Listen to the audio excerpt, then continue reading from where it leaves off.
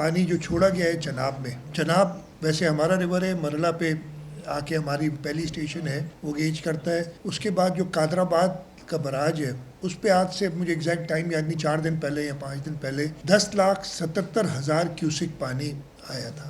अब ये 4 रिवर यानी झेलम पे इतना पानी नहीं है इस वक्त, चनाब, रावी और सुतलज जो ईस्टर्न रिवर्स हैं, ये चारों रिवर्स आके मिलते हैं पंजनत के मकाम पे, और पंजनत से थोड़ा नीचे जाते हैं तो ये दरियाए सिंध से मिलते हैं मिठन कोट के मकान, और फिर ये जो भी पानी होता है सारा गुड्डू बराज पे आता है दरियाए सिंध में, और फिर गुड्डू से सखर, सखर से कोटली। इस वक्त अगर आप हिसाब लगाएं तो 10,77,000 क्यूसिक मैंने आपको बताया कादराबाद पे मैक्सिमम था। इसी तरीके से रावी पे तकरीबन 2.5 लाख क्यूसिक पानी था अगर मुझे सही याद हो। इसी तरीके से सतलज पे 3,50,000 क्यूसिक पानी आया। तो ये अगर सारे आप जोड़ करते हैं, और फिर दरियाई सिंध में तो पानी आ रहा है तकरीबन 2 लाख क्यूसिक उधर से भी आ रहा है इस वक्त। ये अगर आप सारे टोटल करते हैं तो 10 और 2 12 और 3 15 और 2 17, तो शायद क्वांटम लोगों को ये है कि ज़्यादा लगे, लेकिन इसमें दरिया की मूवमेंट्स होती हैं, कोई पानी पहले पहुंचेगा, कोई उससे पीछे पहुंचेगा, और ये क्यूसिक्स होते हैं,